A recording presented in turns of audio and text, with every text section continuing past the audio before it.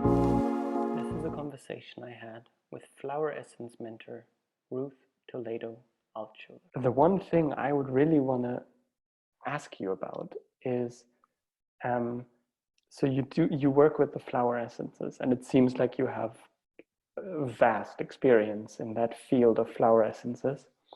And one of the things I found on your website, and you kept referring back to one article, which was about the archetypes of flowers. And I personally am incredibly fascinated by archetypes. And one of the things I am most fascinated by is, how do different people actually perceive archetypes?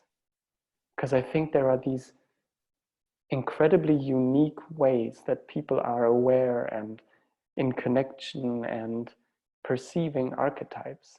So the question, or maybe the introductory question I have for you is, how do you perceive the archetype of a certain flower? How are you aware of that? Yeah, this is there. What I can say to your question is that the archetypal language, it brings up these kind of core meanings that are almost like a universal language that permeates culture and stories. And there are some specific qualities that are at the core of each one of these archetypal aspects, like say, or moments or beings, that resonates for people on something that is within them and that is within the collective in some ways as well. Maybe each person brings a particular way that they color that or they dress that, but there's something in common that resonates and that allows for conversations and meaning as we communicate with one another and as we share our stories and journeys. I'm really fascinated listening to you, because your hands keep on making this, like this, as if it's something really central. And then from that, it expands. Is that how you experience it? Yeah. And in studying, archetype, the meaning of the words, so there's that source initial thing. So that would be this movement. What is at the core? And then how that is expressed and how it gets translated.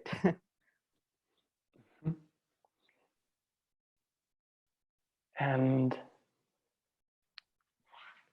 is there, in your past or also in your present, is there a certain archetype that you were exploring and where you had a certain experience of,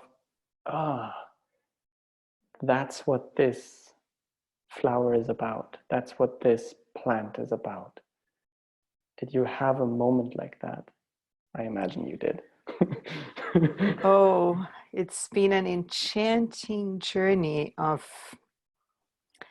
finding the expression of soul experiences revealed in the gestures and expressions of plants, and how we can make analogies and learn lessons and then feel that awe in that understanding of these correlations. So it's that the way I hear that is in connecting to a certain plant. There is that plant can activate or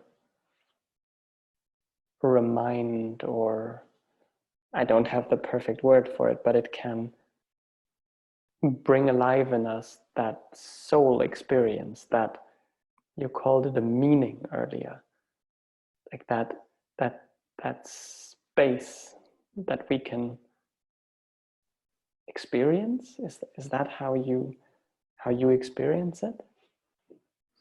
Yeah, I'll give you one example.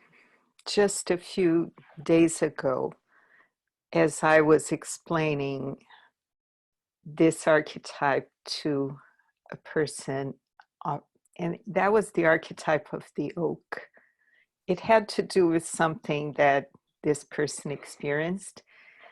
And as I was describing the oak tree that harbors all these different species of critters, it sustains all these different living beings under its huge canopy, and it feeds so many with its nuts. And there's so many different beings living in these little holes in its trunk and all of that. But because that archetype is one that's always taking on more and always giving and providing, but sometimes it's not one that takes equal care of itself and its own needs, and that's the balance that's needed. So how can you be this huge provider while at the same time not doing that at the expense of yourself and of your own vitality and needs? And The person gets it because it's just, oh yeah, I can relate. and if you're willing to share, like even while you express this, how do you experience that in yourself? What? Yeah, it's almost like we internalize that beingness. We feel it. It comes alive in us. And in that way, we're able to convey it. And the other person also feels it alive in them. Yeah, it's maybe just to share what happened in me when you were just describing the oak. I had this feeling of something incredibly grounding in me, and as if something became wide. It's almost as if my trunk became wider. Just this sense of warmth. I don't know if you experience anything like that, but that was what happened in me. So I'm so curious. How do you experience that beingness, that oak beingness? Yeah, it's kind of like you described, and it expands even more to the invisible aspects of it as well. So there's one aspect that's how it exists in, it's grounded in physical form, but there's also one aspect of how it also has these other dimensions of being in the invisible realm as well. So think of this oak being connected with the fullness of the earth through these wide root systems and with the cosmic rhythms of the seasons and the moon and the sun.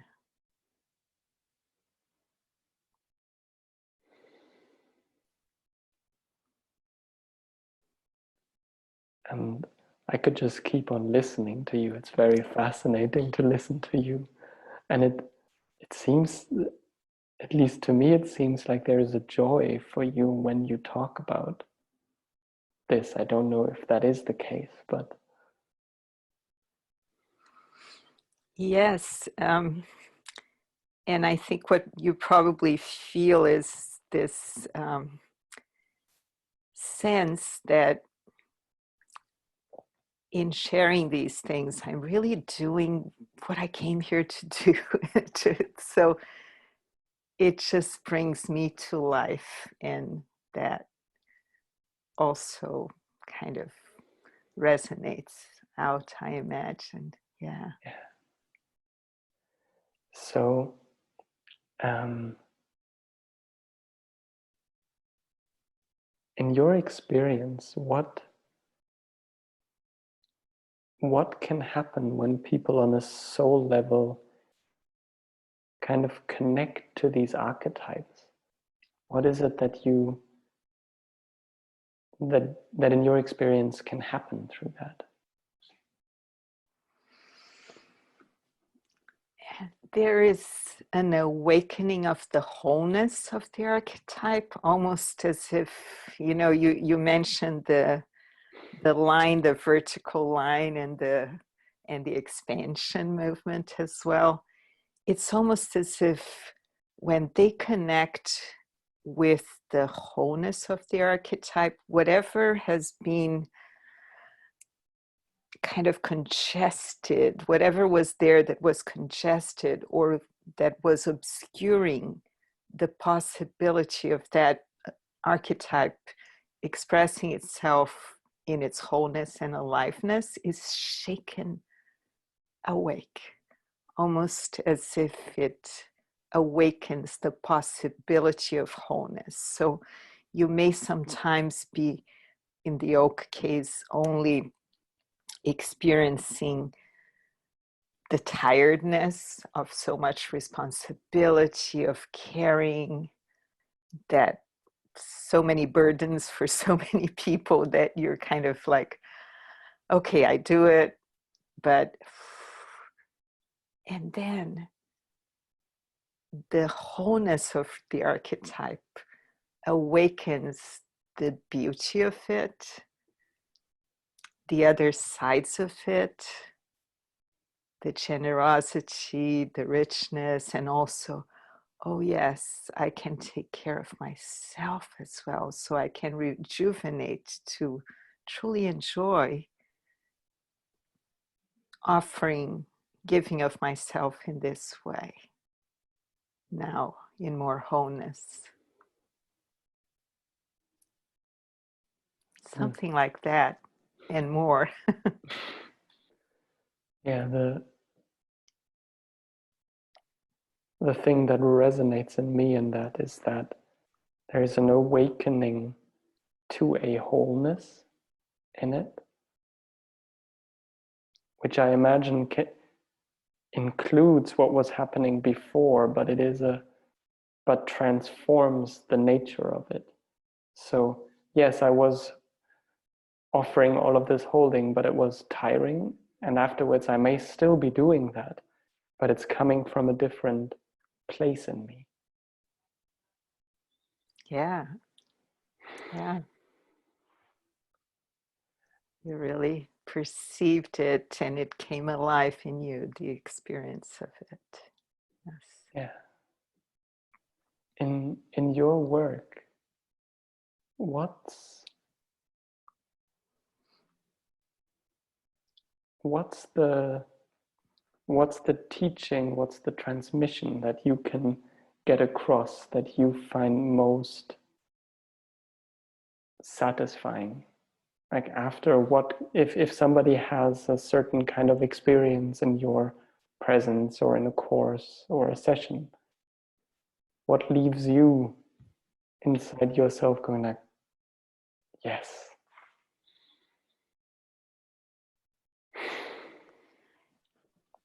It is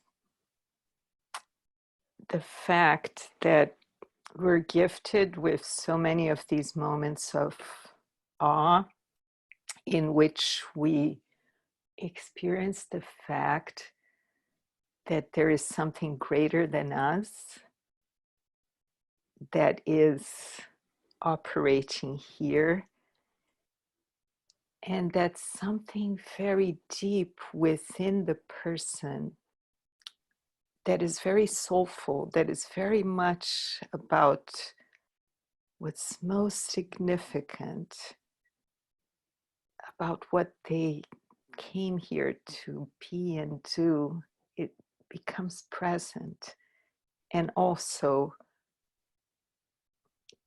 reaffirms and confirms this same thing in me. So we're like in awe at the mystery of this bigger process that's happening, that has brought us together and is allowing the alchemy that is unfolding in this moment.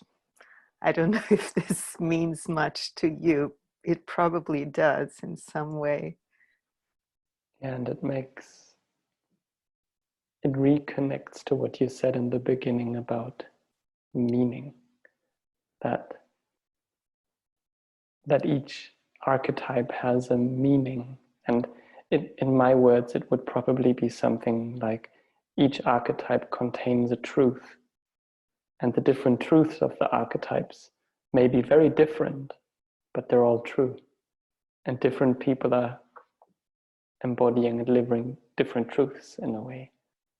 And I imagine if that comes alive, that's very meaningful for you, if something like that comes alive in another person.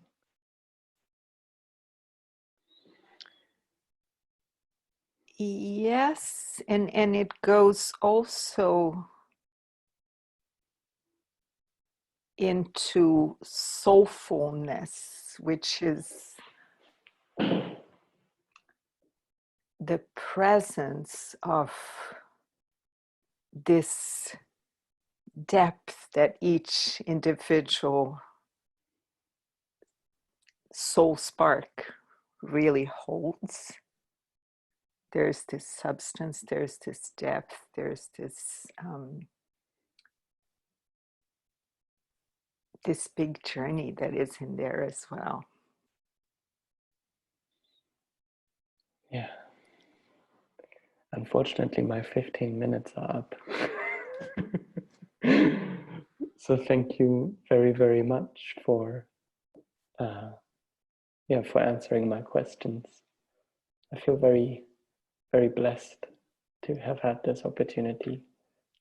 And you now have 15 minutes that are really about you and your current exploration, in which I'm happy to listen to you, happy to ask a few questions, but it's really about your exploration. Okay, well, I will bring in something that I'm exploring right now in this moment, which I think you will be a wonderful person to assist me in this. I am creating a piece of work, a course, and the main topic is creative thinking aligned with nature. And I'm looking for a way that I can begin to bring in how much just your simple nature connection is already healing and integrative in some ways.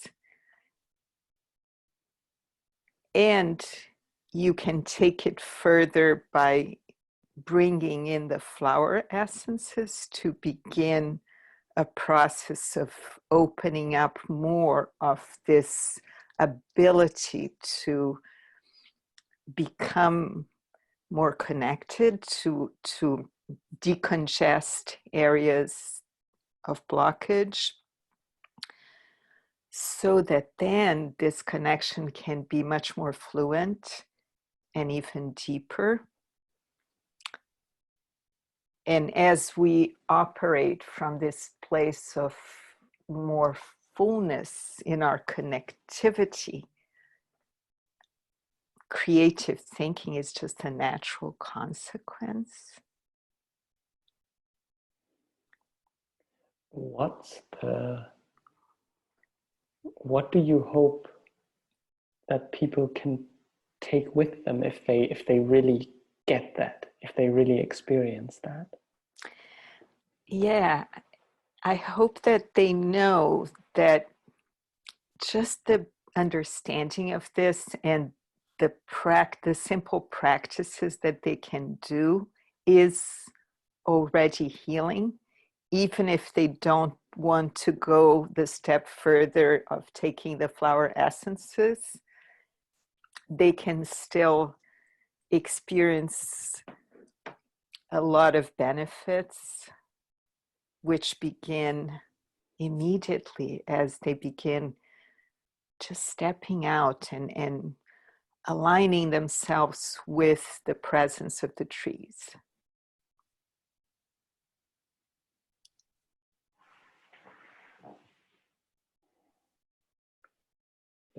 And when they have that restorative presence, and they maybe even find that creativity,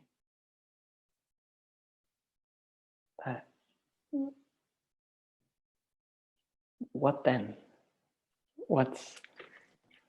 Yeah, thanks for asking it in that way. So as they suddenly feel that connectedness, it brings them to this sensation of feeling alive, feeling more integrated.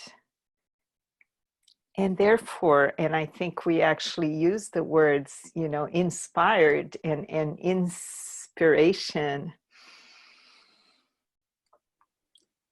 And it's related to the breathing, but the breathing and the trees, we're so interconnected.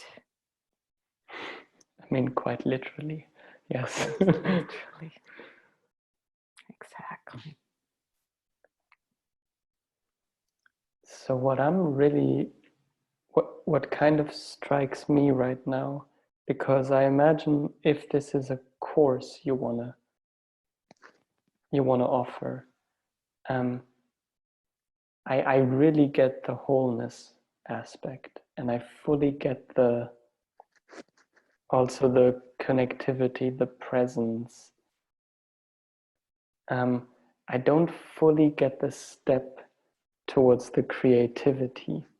Yeah, that's a place where I'm like, like I from personal experience, I even know that they are connected, but for some reason it's like a step on a staircase that's too big for me to take right now. Well, I love that that's the way it makes you feel, because that would lead them to the next chapters. That would make them curious to, where is she going next from here? Right? So that's perfect. That's just what I would want, because what I wanted in this conversation is helping me to ground it, to kind of articulate it. Is I wanted to make a link between talking about what are we losing from being disconnected from nature, and then entering into flower essences, but I wanted something in between that would begin taking people into the journey, but not quite. And then they want to know what's next. Yeah. So the thing that kind of keeps popping up in my mind goes back to what you shared in the first 15 minutes, is this point of meaning and wholeness. And that I imagine that might be a really good connection point as well. This point of, in my personal experience, when I'm in nature, there is a natural meaning. There is a meaning that's not cognitive, but that's obvious. Yeah, I love the way you phrased it, because yeah, we step into the natural world and there everything is interconnected. You know, the bees are pollinating the flowers, the roots are interconnected with one another, even though we don't know it, but they are, you know. And so there's all this interconnectedness is vividly happening around us. It's always there anyway, but when we are enclosed in our separateness, in our illusion of separateness, well, it's good, it's cozy, but it's the illusion that we're separate. And yet when we step outside, we realize, oh, no, we're actually part of this integrated thing. We've never been separate, really. And like, it's this remembering. Yeah. And so I'm getting a bit inspired just listening to you now. The thought I just had is also, in one way, nature is creativity embodied. Nature is constant creativity, because the opposite is it dies. And then, so in a way, connecting is connecting to creativity. To the force of creation, yeah. And even from death, new life is nurtured as well. So, but it is the ability to create and recreate. Yes.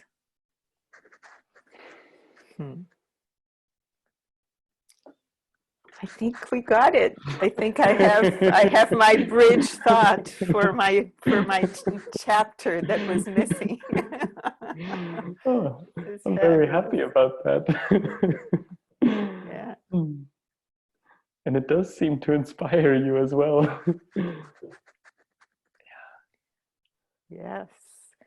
And it was great to be able to take the thought, to bring the thought here today. It's just perfect.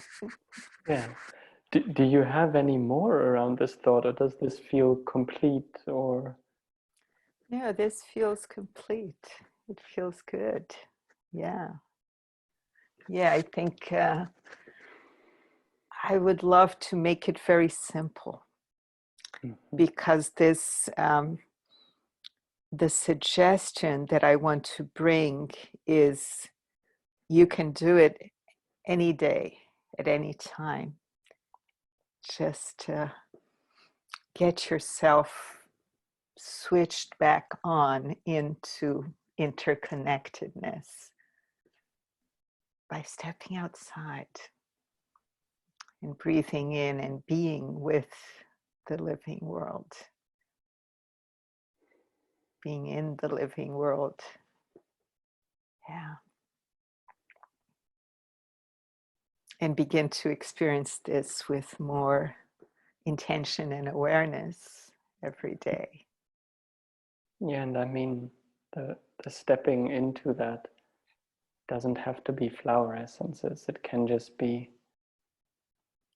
even the visualization of a tree's roots, of a plant's roots.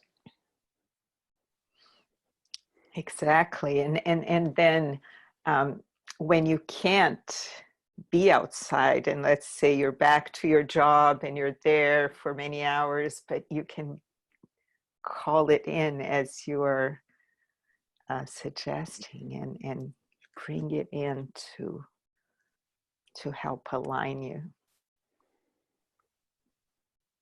back into wholeness and interconnectedness. Yeah. And just out of one of the things that you said also really deeply resonates with me, which is this: in one way, we may live in a way as if we are separate, but at the same time, in a much more profound way, we never are, and we never were. Look at what happens to a city when it's left for a year. It's but just this knowledge, and knowledge not in the cognitive knowledge, but knowledge can really change perspectives. Yeah, and one of my cutting edge questions that was a more kind of long-term one is, and when does this become fully embodied as something that we hold as just natural, that we're doing it without intentionally determining we're going to practice it? Mm-hmm. So, yeah. That is a very deep question, I would say. Do you have a perspective on that? Yeah, I may have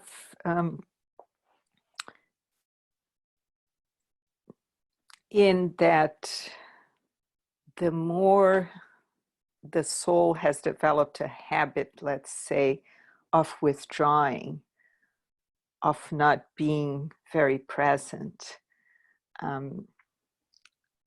the invitation for being present needs to be happening repeatedly, and there may be different stages of healing needed. And so it will really depend on the journey for each one and for each issue as well. Yeah. That makes a lot of sense to me. What I find fascinating about that question you're asking is that, in one way, this is a very, very similar question that meditators ask about consciousness. When do we kind of ground ourselves in non-duality? And it's fascinating that you ask, in a way, the same question, yet from a very different place, and coming from, yeah, it seems like it's coming from a different place and yet the same place. Yeah, because you're making reference to a question that has to do with intentional practice done on a long-term basis, and when does mastery or enlightenment or whatever, yeah, and yet it all has to do with how practice really helps the embodiment of certain patterns of change. Yeah. So I'll be curious to ask you questions about that as well. We're there right now. So Yeah, if you want to, you have 15 minutes of asking me whatever you want to ask me now. Cool. So I've been curious about you and the internal family systems pursuit and all the creative, really interesting creative work that you've done with that, and the very smart ways that you've been figuring out to convey that. And one of my questions is, what's the heart intention in you? What will make you, what or does make you feel this is really what you wanted to do and it's working? What are the signals that make you feel, yeah, this is it, I'm doing my thing and it's working? Mm. In regard to this work that you've been putting out? That's not a clear-cut, simple question. I want to answer that with 2 points because I think it's very different regarding the videos I'm making and the kind of groups and sessions I'm leading. So for the videos, my main motivation is that I want to make it as approachable as possible. And when I have the sense that I've simplified things as much as I can, then I'm actually fulfilled. Because I think a lot of the times we explain things in a way that makes it difficult to get the experience in something. And I try to make the concepts as simple as possible and to convey that experience. So that's what fulfills me about videos, which is why I'm also really working on how can I use drawings and figures and all of this in my videos, because I think I can often say 100 times more with a really simple sketch than I can with 1,000 words. So that's, for my videos, it's really that simplicity. For my work, I have the sense that there are a couple of experiences that I think people can have quite readily with the internal family system that I find so foundational and so shifting that whenever people have those experiences, I'm just happy.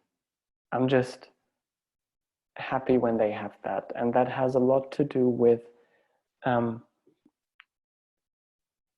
what internal family system would call unblending, for instance.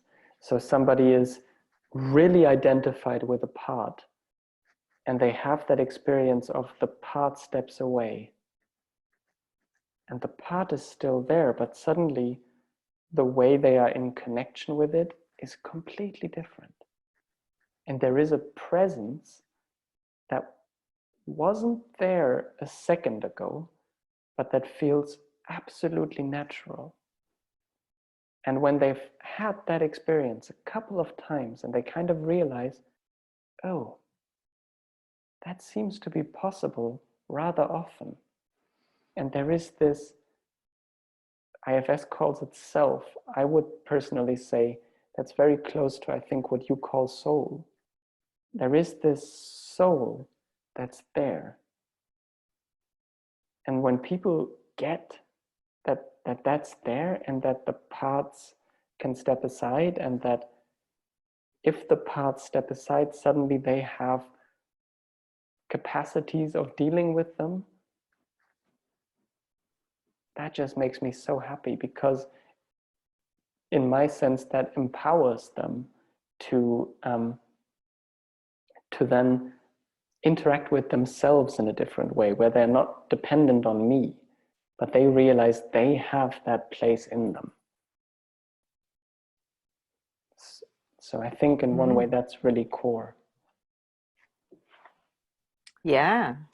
So do you usually give a name to this stance that people align to? Do you have your own ways of naming that?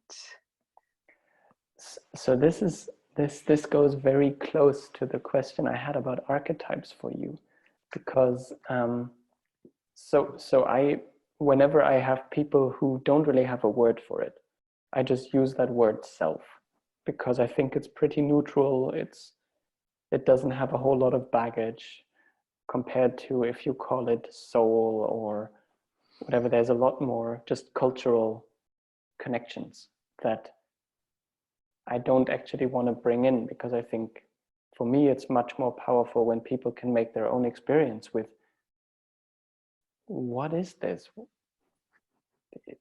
This somehow feels like me, but what am I? Who? I think there are so many questions that open up when we have that experience. So I try to really put as little theory or as little concept into that, and rather open it up to, so what is this? Another experience is that I actually think usually when people have that experience, it's not just neutral, or it's not just nothing or something, but it usually has a very clear quality to it. So I do think that also depending on the experience a person has, they may experience something like essential power or essential calmness or essential compassion. And to then actually name that in a way, but also allow people to somatically experience that, and to let that really settle into their bodies. That's what I find more important, or much more important, than putting a theory on it. So this is yourself, and this, so that I'm much more into how do you experience this, and when you experience yourself like this, how is that?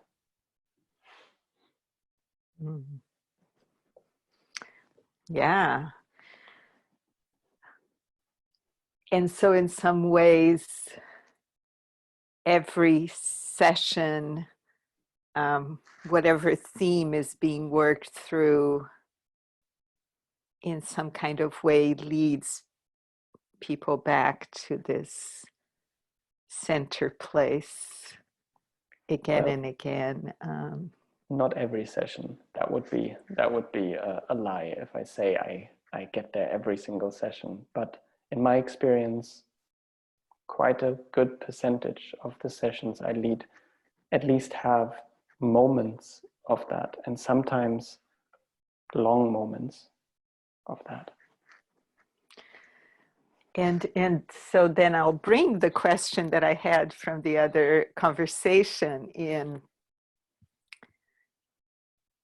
what kind of process do you find that this ability to grow into alignment with one's self grows and becomes more embodied on an ongoing basis? How do you see that happening with clients and people?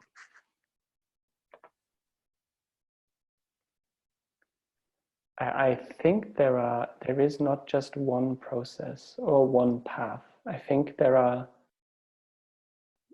depending on people, there are very different kind of journeys they have.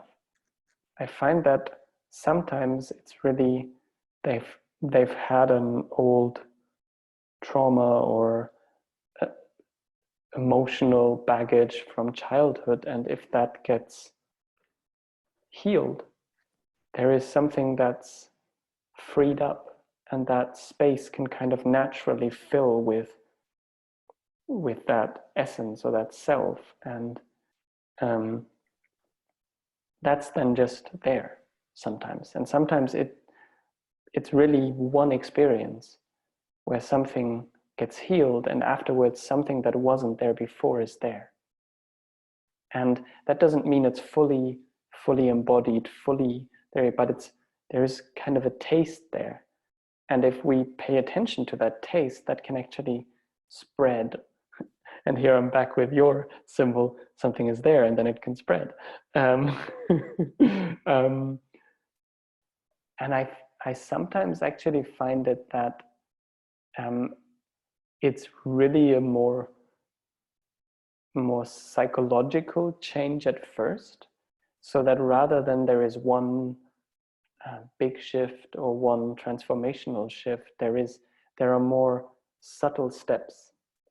And through these steps, parts don't heal at once, but they relax a little and a little more and a little more and a little more. And it might just be they relax 1% at a time.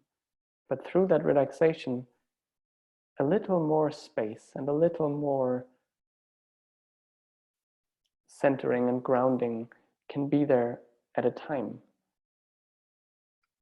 And that leads to more and more over time. So, and sometimes I actually find it that people work towards a goal, and just in their pursuit of their own goal, they embody more and more of what's needed to reach that goal. And it's kind of like it's less of a healing and it's more of a cultivation that happens. So I think there are very many different ways that can happen. But it's usually for me this that the place they live from starts to ground more and more into self, so that something settles into their true being more. And for that, often parts need to relax, because otherwise they're constantly like, no, and that doesn't necessarily help. Yeah, I love the way you articulated this, and it's such a, coming from a different approach that has so many similarities in its understanding, that it's a very organic process, and it so much depends on each journey and what is being worked through. But this beautiful way of seeing this process of wholeness gradually unfolding, and this integration, this reintegration gradually happening, very much matches what I'm used to observing in people's journeys through the work that I do in the approach that I take. So I love to hear how you've been seeing it from your perspective, and it's just such a beautiful way of looking at it in how you illustrate and describe it. And so in this way, would you say that the videos help as almost like to alphabetize anyone, including your clients, into understanding these different parts, the fact that our psyche is made of these different internal characters? And so the videos would be kind of a vocabulary, let's say.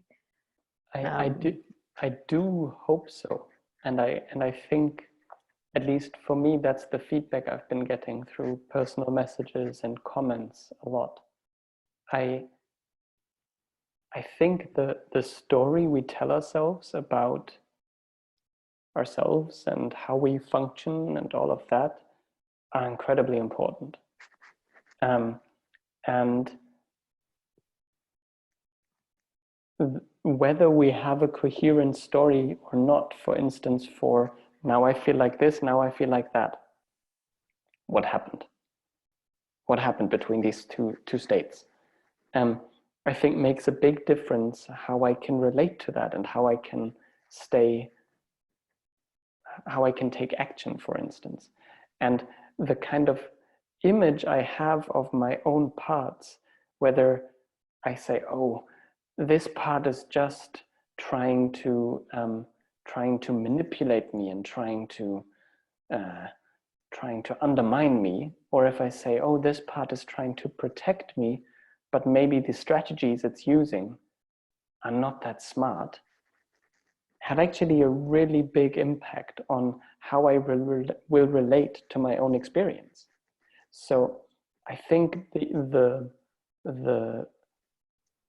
possibility to have more compassionate perspectives on our psyche is really important, because there's so much, and this was also one of my motivations, because there are so many underlying theories of our psyche that's looking at us as, or looking at it as, not very nice or not very helpful or not very smart, which I think couldn't be further from the truth.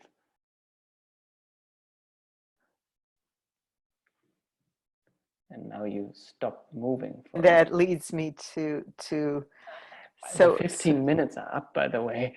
Great. It goes fast, doesn't it? It does. Yeah. Yeah.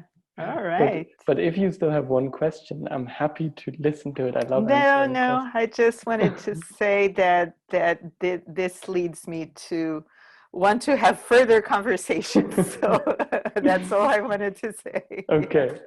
Yeah. Glad to hear that. And if it's okay, because it seems like a pretty natural place to me to go into one thing I'm thinking about quite a bit, which relates to what you were asking about with how I look at the growth process. Because I have a few places where I'm really wrestling with the internal family system understanding of the psyche, and where I look at things quite differently. So where I have the sense that, so I've called my work the unfolding self.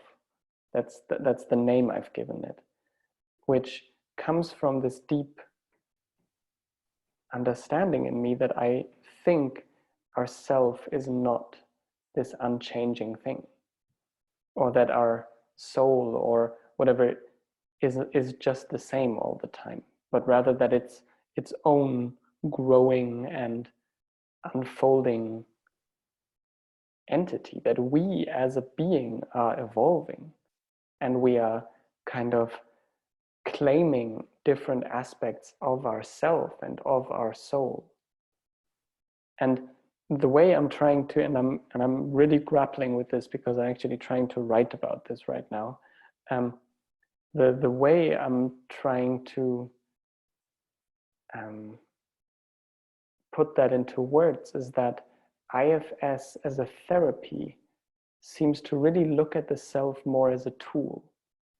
It's this perspective of, oh, do you have enough presence right now so that we can do the work we're here to do, which is healing these parts?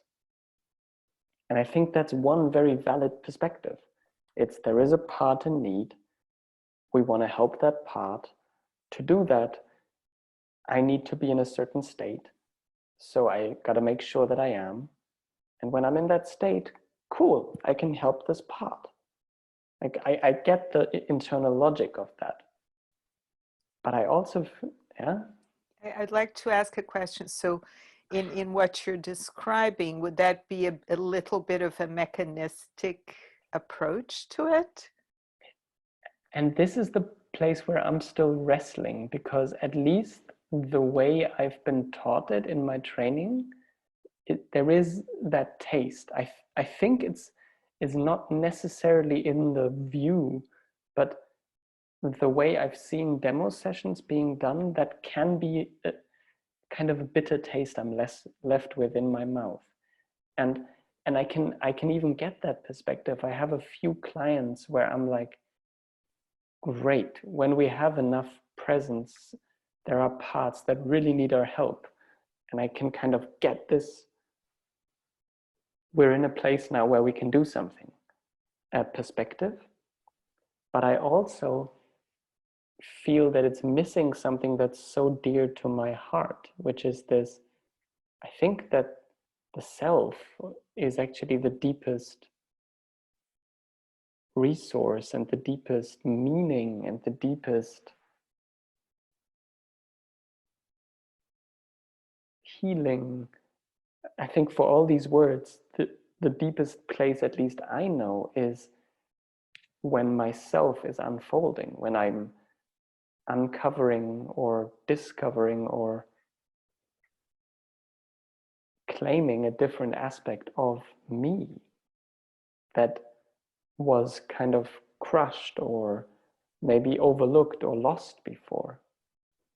And it's also a way in which I notice that I have an emphasis on that in my sessions and in my courses, that that seems to be a little bit outside of the regular IFS therapy perspective.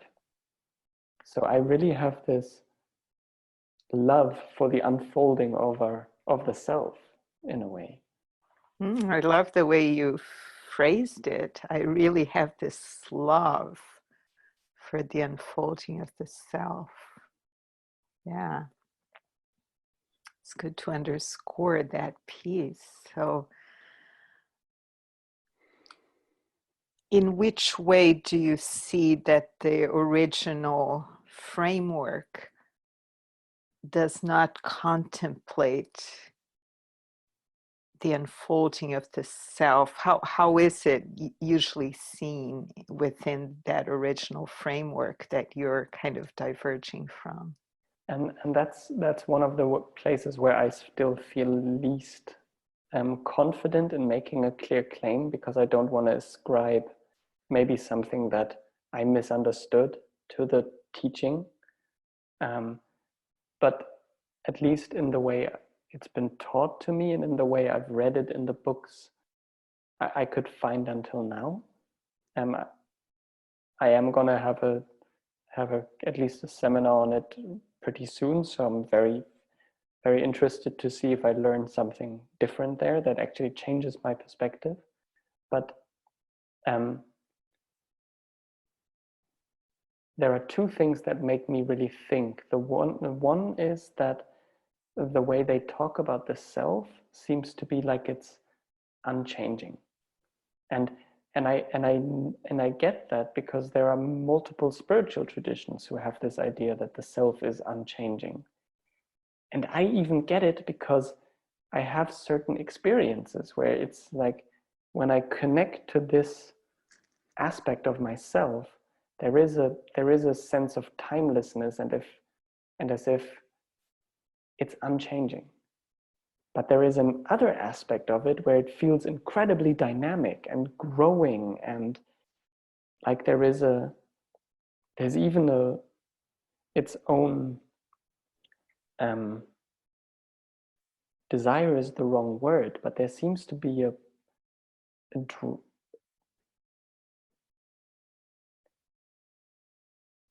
purpose in the growth of the self, of the soul, that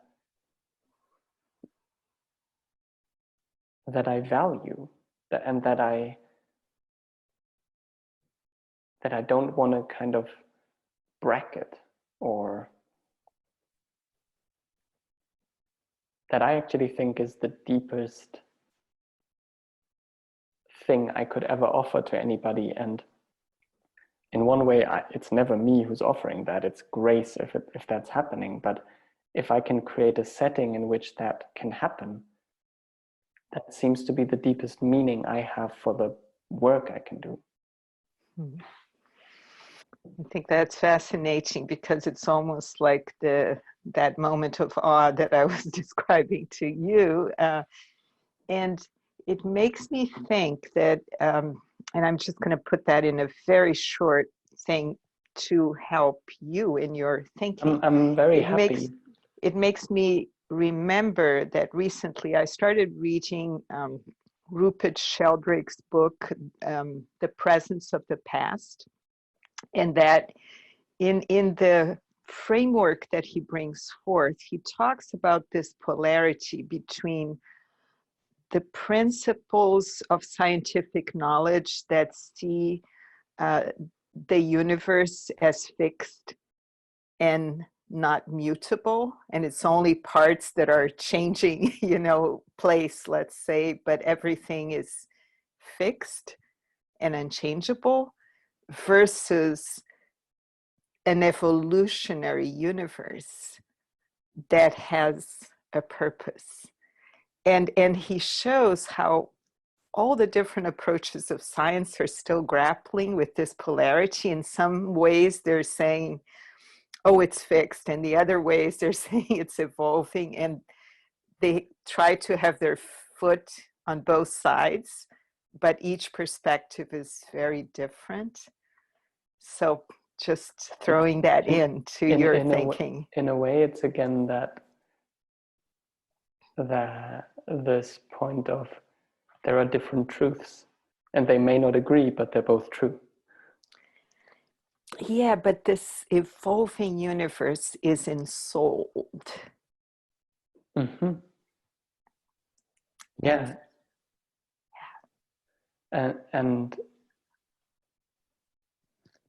one of the things that just reminded me of is I've never been a big Rudolf Steiner fan or something like that, but he has a few pieces of writing where he writes about the dangers of science to pretend like the world as it is now is the same as the world as it was 50,000 years ago, and where he would even say there were different natural laws, time worked differently, space worked differently. He would say these things evolve over time as well.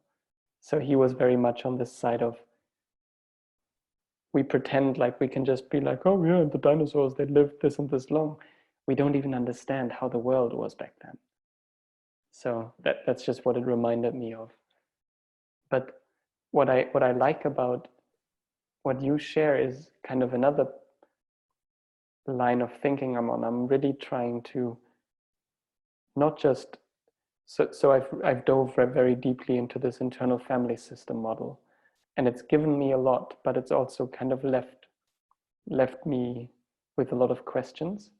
So one of the things I'm doing right now is trying to get a clear, like a really scientifically based understanding of how does cognitive science look at the mind and consciousness and all of that, kind of building my second base of psychology more strongly again. And the way they look at consciousness, it makes me like, oh, every time, because they look at, okay, what can we measure about consciousness? Okay, consciousness, but there's also, they have found out things that make so much sense that I've never found expressed as clearly in other places, for instance. So, but it's this trying to really find a map that makes sense for me and that I can share with others so they can make sense of themselves, but having this map in a way of both being precise and being ensouled. And I think that's it's such a tricky mixture to have these two,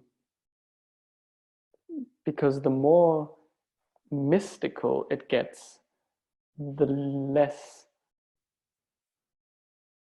the less language works, and the more we try to put things into very clear categories, the more it's dead. And where is the meeting point? Mm. Yes, that is beautiful that you're working towards that stance in which there is clarity, there are tools that allow people to work and understand, and at the same time there is this bigger meaning and this evolutionary process that has deeper intentions, and there is some mystery in that discovery that is ever unfolding. Yeah, I think if we leave that out, we're leaving out a core of what it means to be human. And yeah, I find myself kind of, it's like I change my weight, and I have times when I'm more like, ah, oh, fuck science. It's all about the exploration. And then I'm like, nah, well, actually, this is pretty smart as well. And then I keep changing my weight. But yeah, it brings me back to this point of how to have a clear process with clear tools and clear perspectives where the self is a part of that, and where the self is kind of a necessary part of the process, because without me being present, all of these great tools I may have, I can't actually use. So in one way, it's like it's a foundation, but to also allow that it can't just be a foundation, because it's so much more. It's also the space that everything is happening in. So how do we it yeah, it's, I think what I'm getting to while talking to you is I'm trying to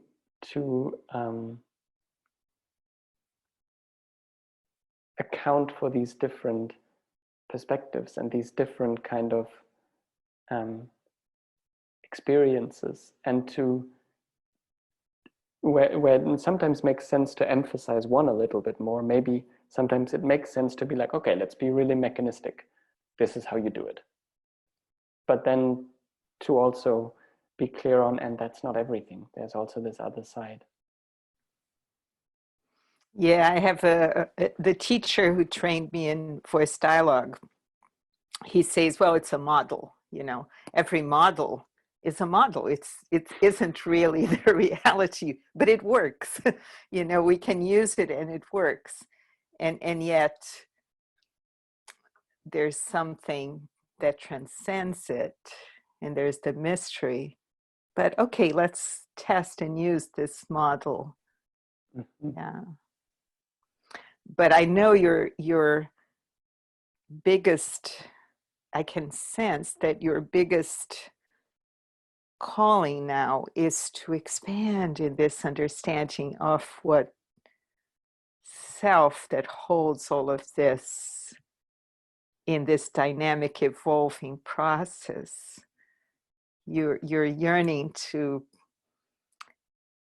create some ways of conveying, or some model that is more comprehensive, expansive, and evolutionary on describing self as the space holder for all the, and as whatever else there is there. So I'm fascinated by how you're articulating this and studying this. And yeah, it's definitely a part, and I'm really trying to have it be non-woo-woo, but actually open to people who are coming from a scientific perspective, because I really value that, and I think it's so necessary that these worlds don't stay separate, but that where it's all consciousness, whoop-de-doo-be-doo, but where these two worlds really meet.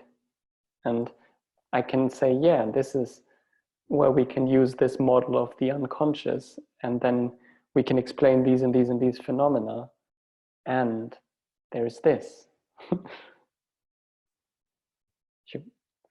So that's what I'm very drawn to, and I know that that's going to be a long journey until I can bring those things together in a way that satisfies me. But I'm taking it step by step. Yeah, well, I really offer you to count on me as a bouncing of thoughts person, because that is really an approach that fascinates me. I come from a family of scientists and artists. So it's this, bridge between. I mean, it seems like you found the place in between with the flower essences. I imagine that's really both science and art in one. Well, and some might say it's woo-woo, but then when you're able to articulate in a language that doesn't feel like that, here in the United States, there's this spiritual bypass expression, which I think is very appropriate. And there's so much of that going on in the language of the approaches that are just, oh, we're just clearing this. And now we're doing this method and we're clearing all the blockages, and it's all gone now. And right. Are you sure? But yeah, I resonate with that one. It's one of those places that I really feel I can feel in conflict with, because I can often I can even on one level get the truth of it, and I'm like, and it doesn't work like that, and it's not that easy. In a way it's a lot more fundamental and much more. It goes so much deeper, and that takes discipline and grace and all of these things. It's not just, oh, I'll just clear all my chakras. Great. Yeah. So that was also my time. Thank you very, very much for listening to me. Oh, that was a pleasure. It was great. And I'm intrigued and want to follow. You're so welcome. So I'm gonna finish this recording now. You never know what's around.